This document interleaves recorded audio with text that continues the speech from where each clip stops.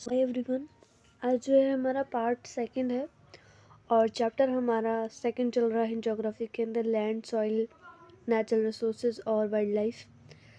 आपके जो है वाइल्ड लाइफ हम रिसोर्सेज देख रहे हैं, जिसमें हम आज जो पढ़ेंगे वो लैंड स्लाइडिंग पढ़ेंगे। लैंड स्लाइडिंग क्या होती है? Land sliding land sliding are geographical phenomena, यानी कि प्रकृति की द्वारा बना हुआ एक भौगोलिक संरचना, एक एनवायरनमेंट जिसमें where large masses of rocks, कई प्रकार के जो है चट्टानें, डेब्रीज, टॉप सॉइल, अर्थ और अर्थ मूव और स्लाइड डाउन अ स्लोप, एक स्लोप की जैसे स्लाइड डाउन, ऐसे नीचे की तरफ ऐसे झुकी हुई रहती है। जैसे आपने इस तरह से देखा होगा, आप माउंटेन्स बनाते हैं तो इस तरह से ये जो बन रहा है वो क्या है? स्लाइड है। क्या है भाई? स्लाइड। अच्छा, ये मेनली आपके देखने को मिलता है हिली एरियाज और माउंटेन एरियाज में, आसानी से आप समझ सकते हैं। अब कौन कौन से फैक्टर हैं जो कि रिस्पॉन्सिबल होते हैं लैंड स्लाइडिंग के लिए? तो पहला पॉइंट है आपके लिए ये कि land sliding, heavy land sliding कब होती है? जब आपके लॉन्ग स्पेल हो या फिर रेन फॉलिंग हो, तब आपके हैवी लैंड स्लाइडिंग होती है। इसके अलावा जब आपके इरोजन हो यानी अपरदन हो, जब आपके कभी क्या आती है, बाढ़ आती है या सम काइंड की आपकी जो रिवर है या जो ओशन वेव्स है नॉर्मल से हाई रेंज में चली जाती है, तो अपने साथ साथ पेड़ पौधे, मिट्टी, इन सब को बहा करके, इन सब का कटाव करके जो है ले जाती है। इसे मृदा का अपरदन कहते हैं, इरोजन कहते हैं। अच्छा, एक इस वजह से होती है। और कौन सा है? एरिया प्रोन टू अर्थक्वेक, एक ऐसा एरिया जो कि क्या है, भूकंप से घिरा हुआ है। बाढ़, वॉल्केनिक इरप्शन, यानी ज्वालामुखी जो है वहाँ पर लावा जो है बिखरा हुआ है, इरप्टेड है। लॉस और एब्सेंस ऑफ वेजिटेशंस, जहाँ पर वनस्पति नहीं है, जहाँ पर वन नहीं है, तो वहाँ पर ग्रोथ भी नहीं होती है, तो सॉइल न्यूट्रिएंट्स भी, तो वहाँ पर लैंड स्लाइडिंग होने की ज़्यादा चांसेस है।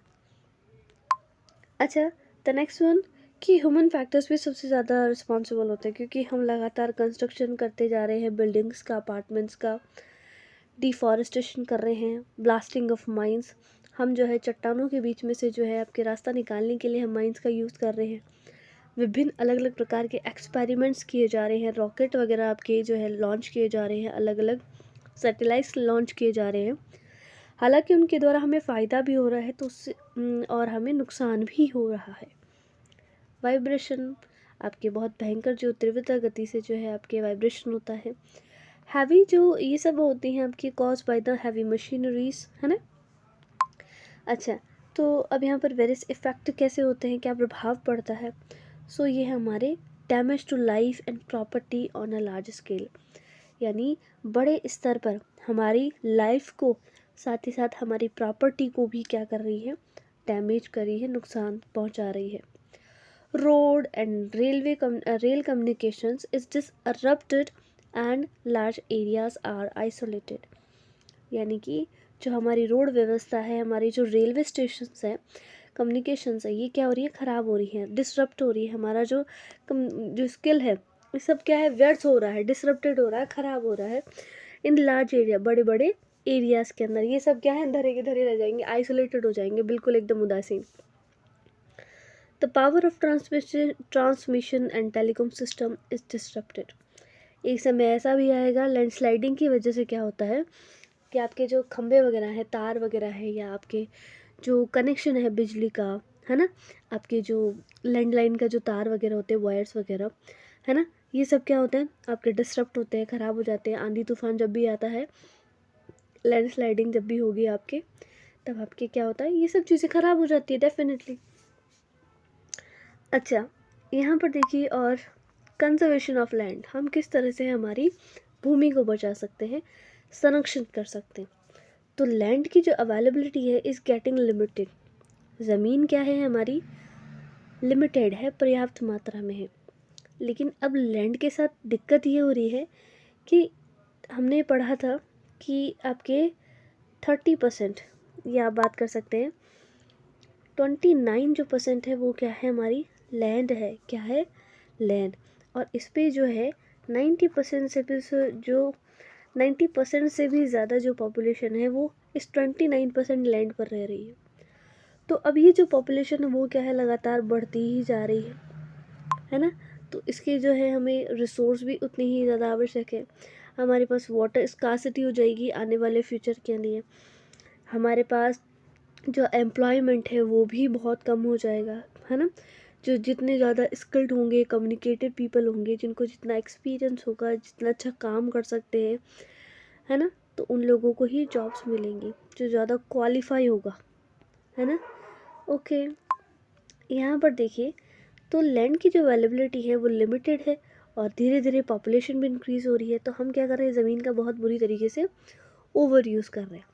लेकिन हालांकि हम शहरों में देखते हैं कि हमारे क्या है, अपार्टमेंट्स बने हुए थे। 5th क्लास के चैप्टर में हमने पढ़ा था डिफरेंट काइंड ऑफ हाउसेस, है ना, जिसमें हम मल्टी जो है स्टोरी बनाते हैं, जिसकी मदद से आपके एक ही एरिया के अंदर आपके जो है स्टोरी बने होते हैं, जिससे काफ़ी सारे लोग रह सकते हैं अलग अलग स्टोरी पे। एंड वो बेसिक जो फैसिलिटीज़ है उनका क्या ले सकते हैं, लाभ ले सकते हैं, एंजॉय कर सकते हैं।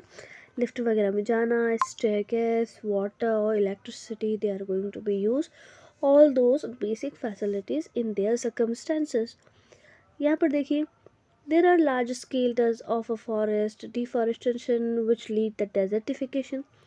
यदि हम पेड़ों को काटते ही चले जाएंगे तो हमारा जो एरिया है वो कैसा बन जाएगा, डेजर्ट, मरुस्थल, जहाँ पर बिल्कुल सैंड सॉइल होगी, यानी भूरी मिट्टी, रेतीली मिट्टी, जो कि इरोजन करेगी सॉइल का, ज़्यादा से ज़्यादा अपरदन करेगी मिट्टी का।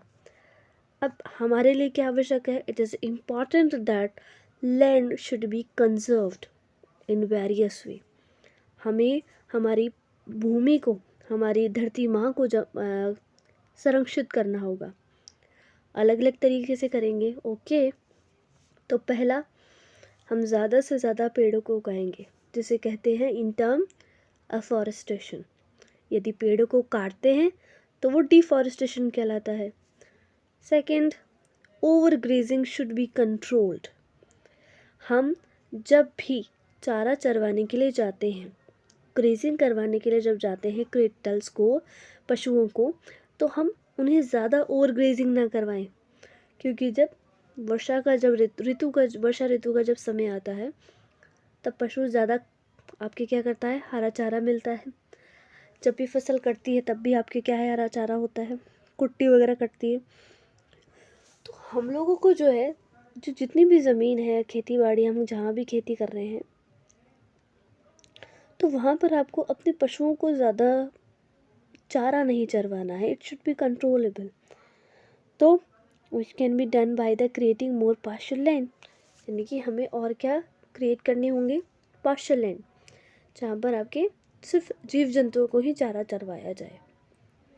Thorny bush should be grown so that sand dunes can be stabilized, यानी कि हमारे यहाँ पर थ्रोनी बुश होनी चाहिए, यानी कटीली झाड़ियाँ होनी चाहिए, वृक्ष होने चाहिए, जिससे कि जो सैंड ड्यून्स होते हैं, यानी कि मिट्टी के बड़े बड़े धोरे या रेतीले टीले, जो कि क्या करें, स्टेबलाइज हो पाए, स्थिर रह पाए।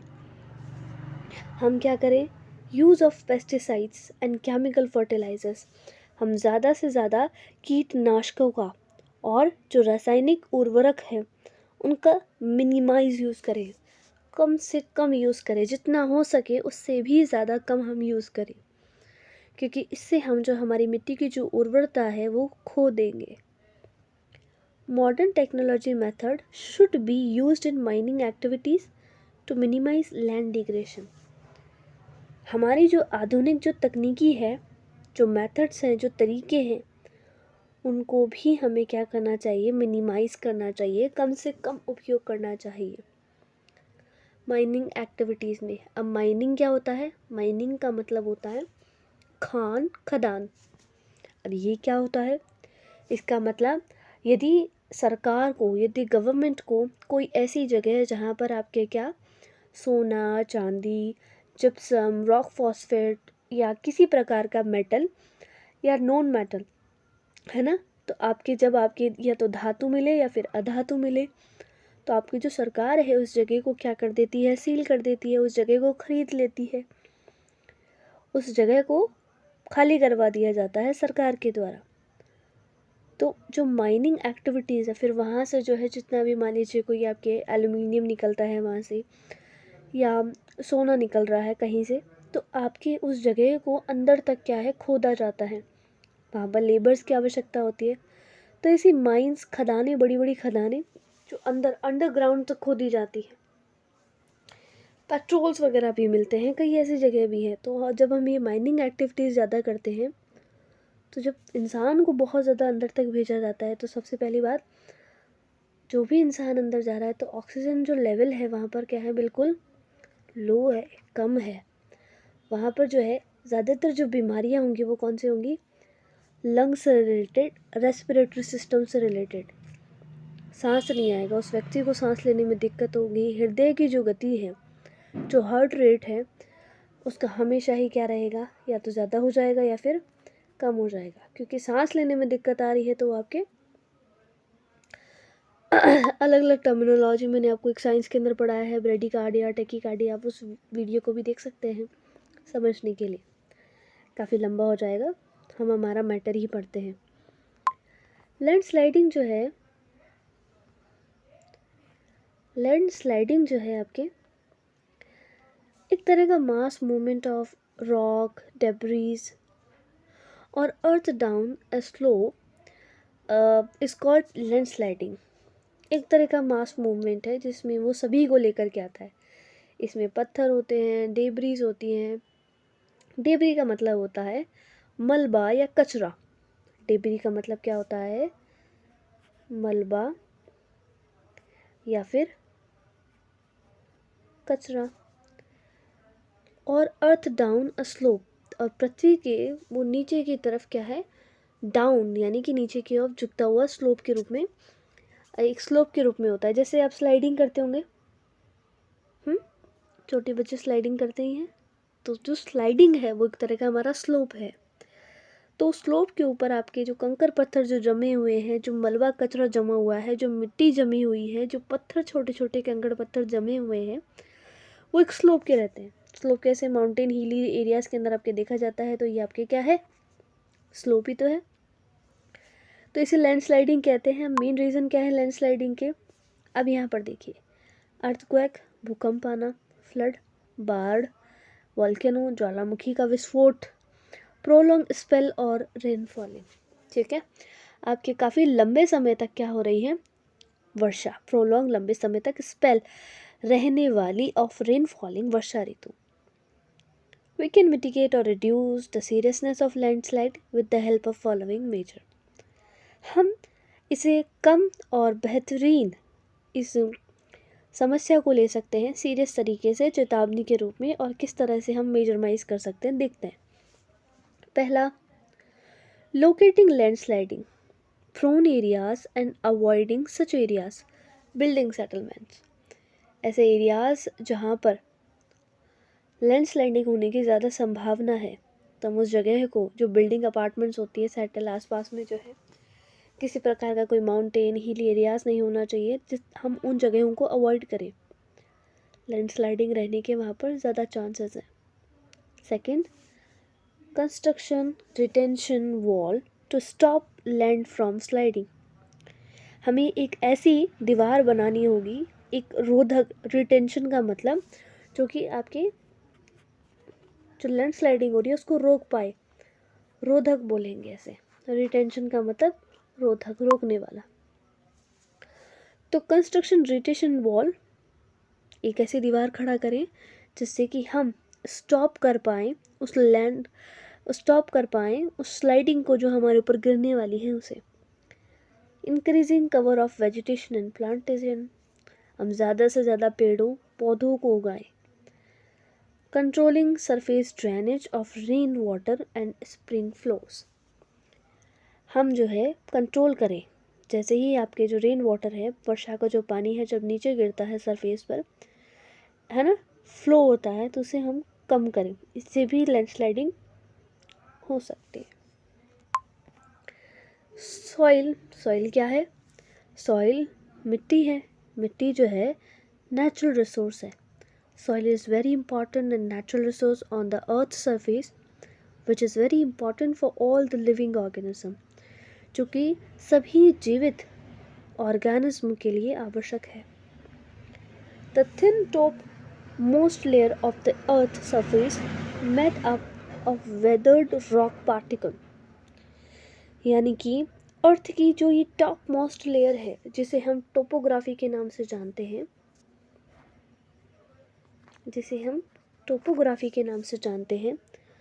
तो टोपोग्राफी के नाम से जानते हैं, जो कि वेदर्ड रॉक पार्टिकल से बनी हुई है।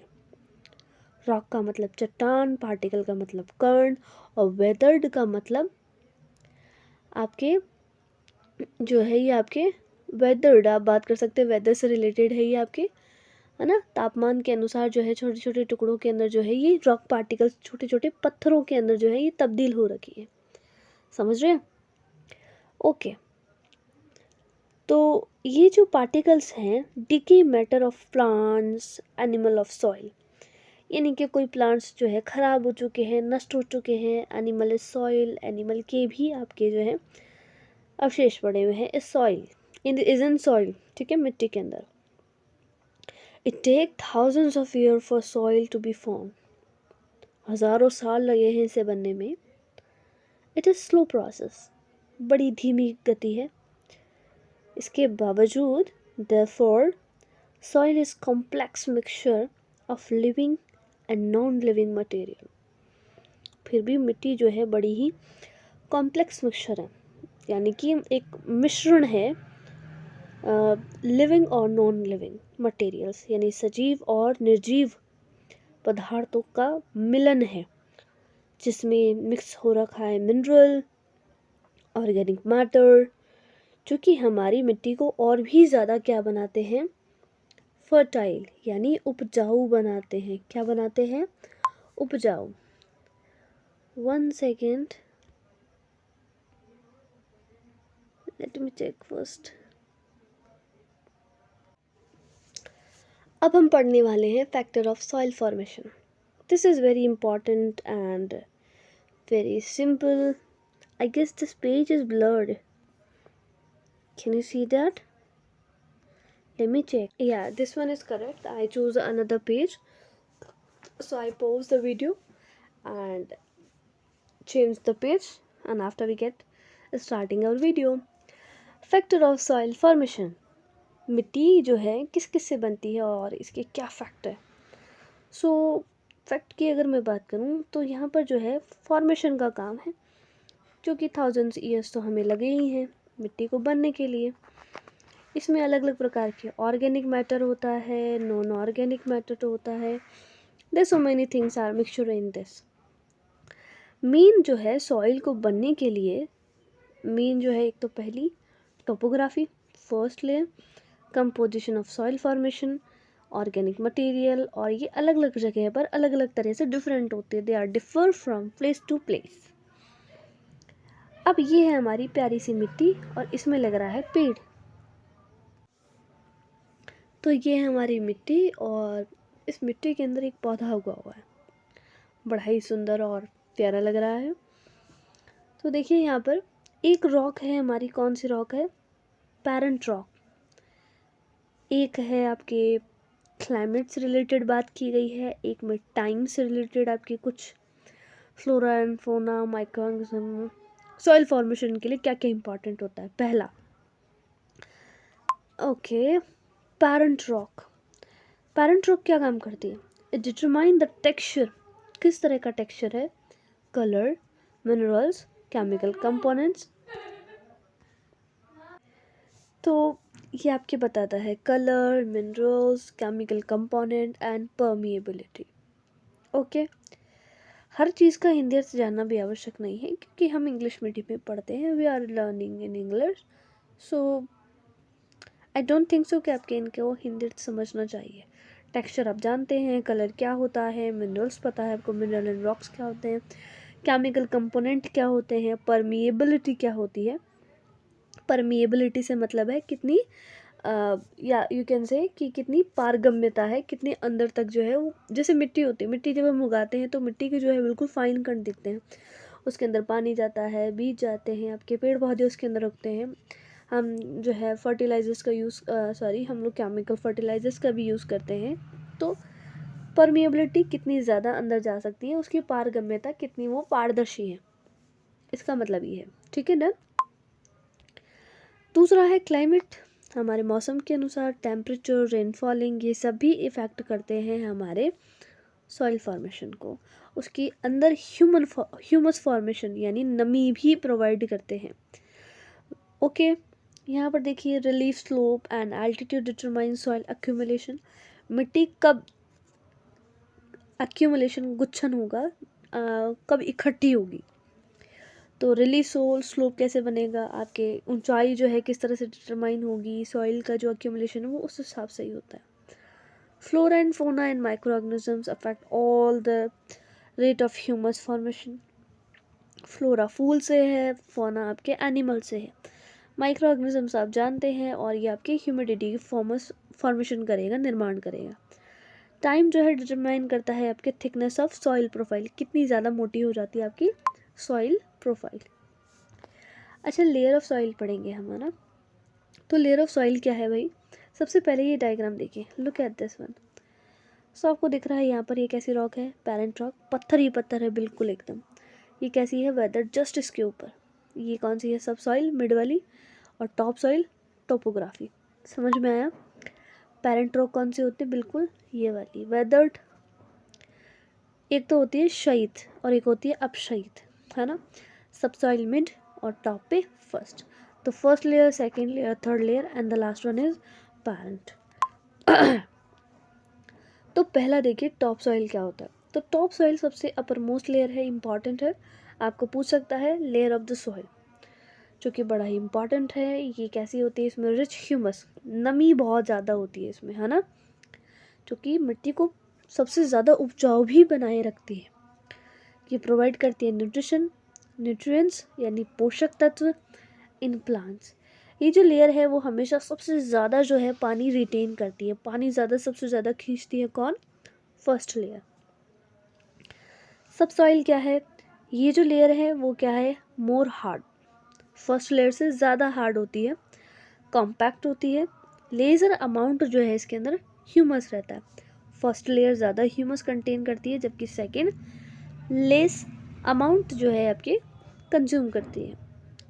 आपके सैंड कंटेन होता है, सिल्ट होता है एंड क्ले होता है इसके अंदर। What was, clay, silt and sand. Weathered rock क्या है, वेदर्ड रॉक का मतलब अपशहीद, और अनवेदर्ड का मतलब अनअपशहीद। वेदर्ड का आप ये समझिए कि ये कैसे होता है, स्मॉल पीस ऑफ रॉक, जो आपके रॉक्स होते हैं, जो कंकड़ पत्थर होते हैं, वो छोटे छोटे जो टुकड़े हैं वो वेदर्ड रॉक कहलाते हैं। लाइक दिस वे, इसमें भी रखे हुए हैं। ओके, एक अनवेदर्ड जो कि वेदर्ड के नीचे होता है, below the weathered rock, this layer is hard rock, यानी वेदर से थोड़ी सी हार्ड रॉक होती है, इसे बैड रॉक बोलते हैं। क्या बोलते हैं, बैड रॉक। ध्यान रखेंगे। टाइप ऑफ सॉइल, कितने प्रकार की मिट्टियाँ, ये भी इंपॉर्टेंट क्वेश्चन बनता है। पहले नंबर पे alluvial, black, red, laterite, desert and mountain. So there is 6 type of soil. The first one alluvial. Alluvial सबसे आपके फर्टाइल सॉइल है, ये बनी होती है क्ले, सैंड, सिल्ट से। ब्लैक, काली मिट्टी, कलर में भी काली है ये, ब्लैक इन कलर। वेट, सबसे गीली, स्टिकी, आर्द्रता, अनरिटेन मॉइस्चर, पानी जो है सबसे ज़्यादा कंज्यूम करती है, धारण करने की जो क्षमता है, वाटर जो कैपेसिटी है बहुत ज़्यादा अच्छी है, ज़्यादा रिटेन कर पाती है पानी को। बट यहाँ पर जब क्या होता है, जब सूखा पड़ता है, व्हेन इट बिकम्स ड्राई, तो इसमें क्रैक्स पड़ जाते हैं, यानी दरारें।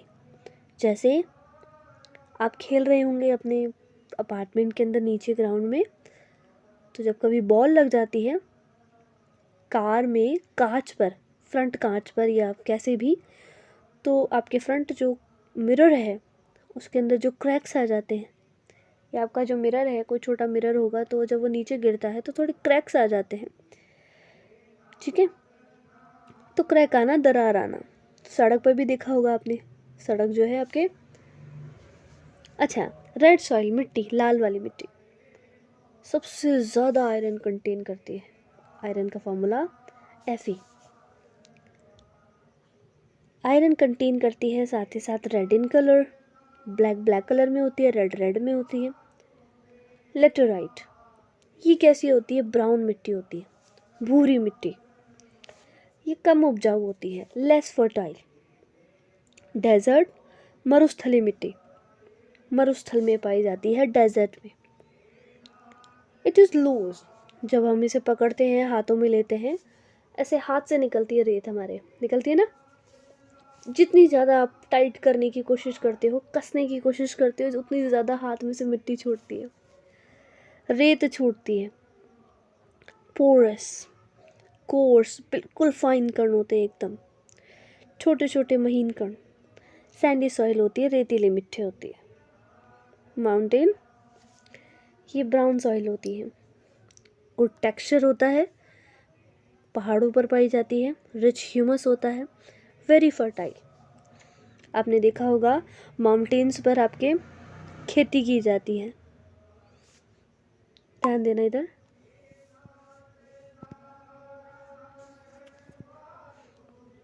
फैक्ट देखना, first one, it takes more 500 year for 2 centimetre of soil to be formed. एक मिट्टी को बनने के लिए लगभग 500 सालों से भी ज़्यादा जो है 2 सेंटीमीटर की मिट्टी बनने के लिए इतना समय लगता है। 1 मीटर में 100 सेंटीमीटर होता है। There are more than 10,000 type of soil in the world. पूरे विश्व में 10,000 से भी ज़्यादा अलग अलग टाइप की मिट्टियाँ पाई जाती हैं। सॉइल 45% मिनरल कंसिस्ट करते हैं, 25% water, 25% air, 5% organic matter. Always remember guys, my dear students, 5,000 से भी ज़्यादा, 500 साल से भी ज़्यादा 2 सेंटीमीटर जो है सॉइल को बनने में समय लगेगा। 10,000 से भी ज़्यादा मिट्टियाँ पाई जाती हैं पूरे वर्ल्ड में, विश्व में। और सॉइल में 45%, 45% mineral consisting, 25% water and 25% air and 5% organic matter. Remember good students, okay. Degradation of soil, मिट्टी का किस तरह से हनन होता है, क्षय होता है, ध्यान दीजिए। डिग्रेड का मतलब होता है हनन या फिर क्षति या नुकसान पहुंचाना, हार्म बोल सकते हैं। देखिए, तो हम किस तरह से बचा सकते हैं यदि हमारी मिट्टी खराब हो रही है, प्रदूषित हो रही है, डिप्लीट हो रही है, किस तरह से क्या करें हम? तो the major threat to soil is the erosion. सबसे बड़ी मिट्टी के लिए चेतावनी है इरोजन, अपर्दन होना, डिप्लेटेशन, शक्ति। ये जो मिट्टी का जो डिग्रेडेशन है वो नेचुरल तरीके से भी होता है, और ह्यूमन फैक्टर, मनुष्य के द्वारा जो की गई जो गतिविधियां हैं, एक्टिविटीज़ हैं, वो भी रिस्पॉन्सिबल होती हैं किसके लिए? सॉइल डिग्रेडेशन के लिए। किसके लिए? सॉइल डिग्रेडेशन के लिए। I am sorry please. जो सॉइल है वो मेनली आपकी रिमूवल की जाती है, टॉप लेयर मोस्ट वाली। अब ये जो मिट्टी है वो आपकी कब बदलती है?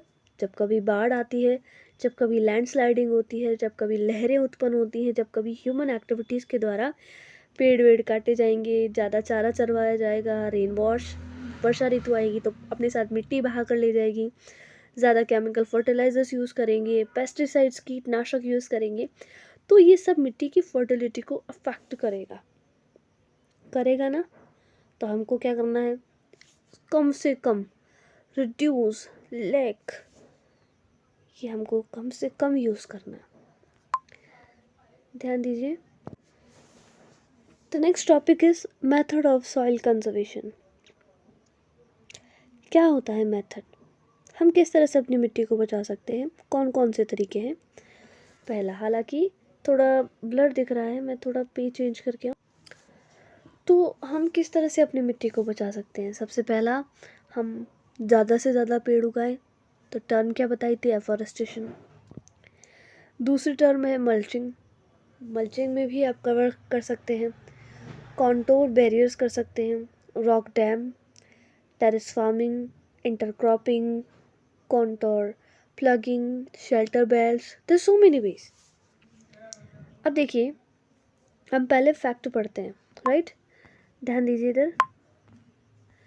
सबसे ज़्यादा जो इम्पोर्टेंट है हमारे फैक्ट्स रहते हैं, पहले पहले फैक्ट्स को करना चाहिए भाई। तो it is very important for people, लोगों के लिए ये जानना आवश्यक है। People have to be know about और concern about that we should be conserve our soil in different way, especially in India we have to be know. So because we are farmers, we are peasants, and there is 52% or 53% are people are going to be cultivate their crops, and the profession is agriculture, they are farming, and the main occupation is farming. So we should know majority of the people, Indian people, are going to be do this one. So this is our economy growth. ठीक है। तो हमारे लिए आवश्यक इतना जानना इतना आवश्यक इसलिए है क्योंकि हमारे यहाँ के जो लोग हैं उनके पास जो मेन ऑक्यूपेशन है, उनका जो हथियार है, जो कब्जा है, वो ज़्यादातर लोग जो है वो काम कौन सा करते हैं, खेती का करते हैं। किसान भाई हैं हमारे, तो उनको जो है पता होना चाहिए कि मिट्टी को किस तरह से बचाना चाहिए, है ना। तो पहला पढ़ते हैं, afforestation. Soil erosion can be check by the planting more trees. जब हम सॉइल इरोजन होता है तो हमें चेक करना चाहिए कि हमें ज़्यादा से ज़्यादा क्या करें, पेड़ को उगाएं। जो रूट है, जो जड़ें हैं पेड़ की, वो हमेशा मिट्टी को क्या है, कसती है।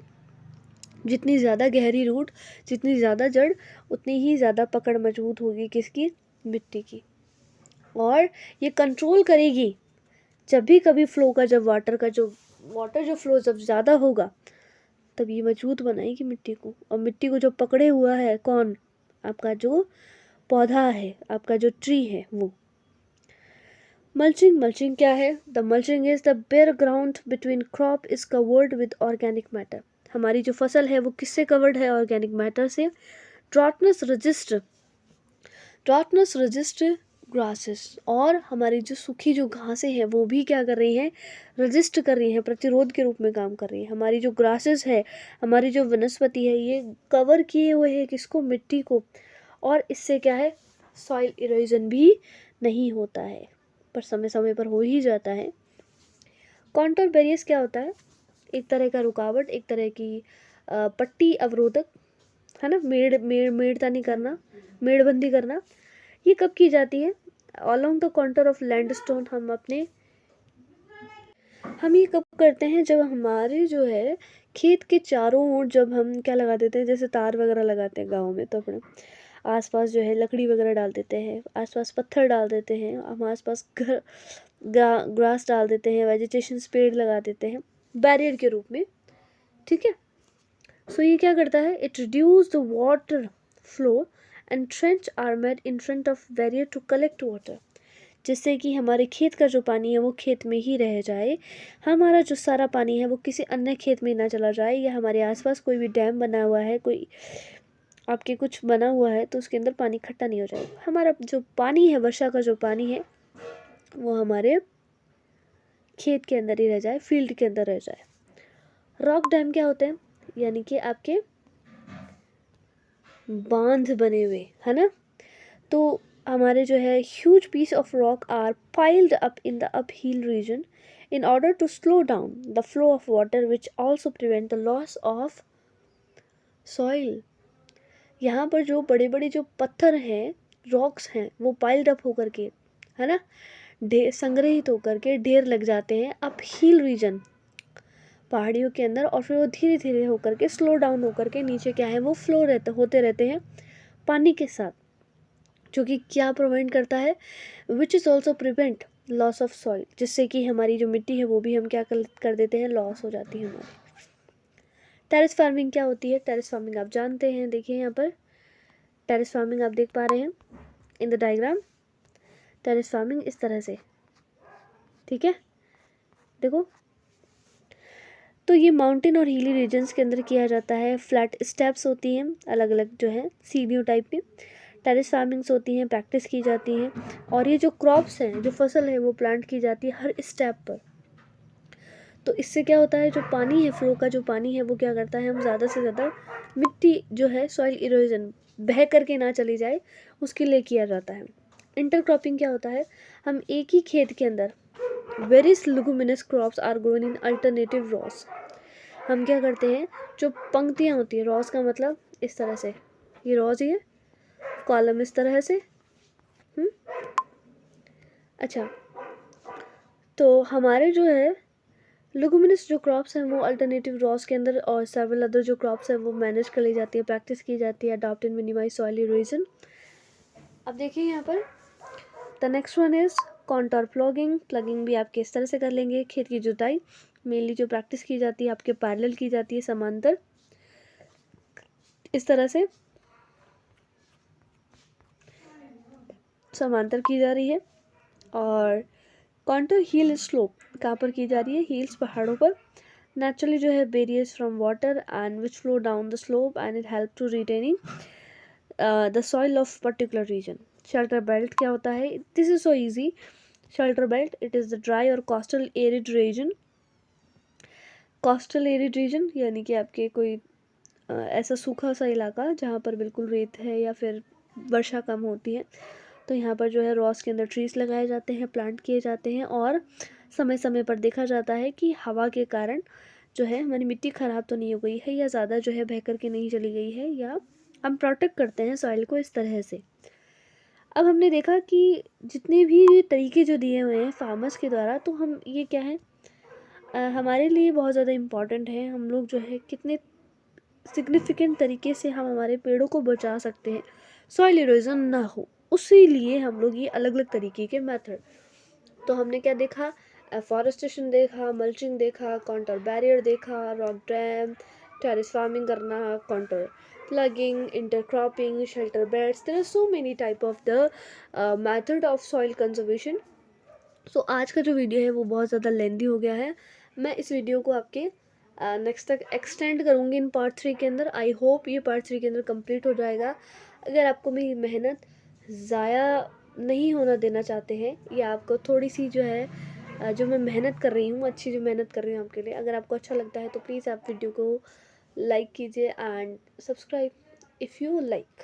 Okay, okay, bye bye, take care.